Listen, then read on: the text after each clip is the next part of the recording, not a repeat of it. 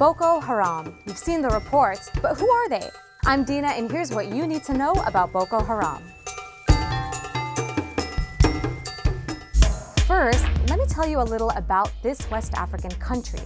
Nigeria is broken up into three sections: the north, which is mostly Muslim, the south, Christian, and in the middle, a mix of Christians and Muslims, which means the country is pretty evenly split, and this has led to violent clashes in the past, like the 1960s Biafran civil war between the south and the rest of the country that led to the death of over 1 million Nigerians.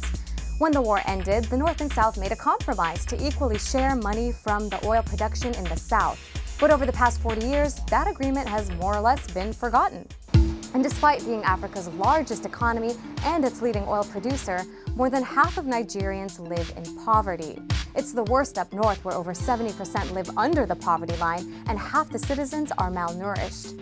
Out of this emerged Boko Haram. The group was founded in 2002 by Muhammad Yusuf, a young Islamic preacher with the goal of supporting Islamic education and establishing an Islamic state in Nigeria.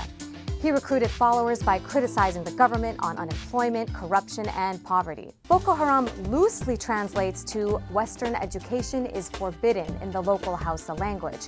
But actual Boko Haram members call themselves this, which means people committed to the propagation of the Prophet's teaching and jihad. Aside from being against Western institutions, they subscribe to a strict interpretation of Sharia law. Boko Haram was seen as a ragtag group of religious hoodlums clashing with the local government.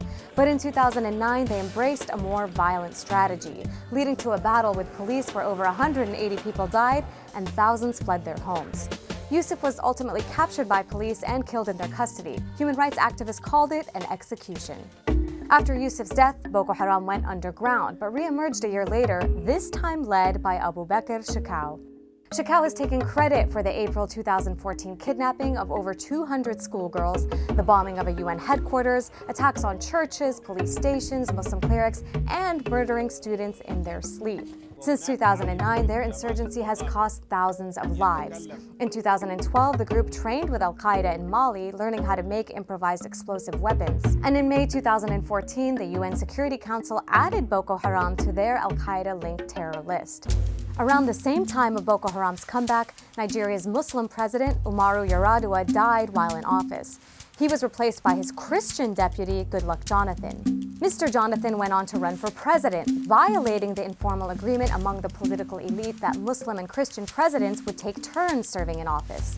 But why does that matter now?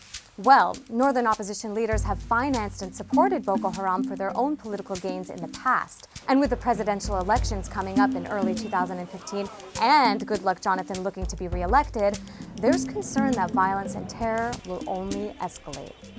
So that's your Boko Haram 101. You got it? If so, make sure you spread the knowledge.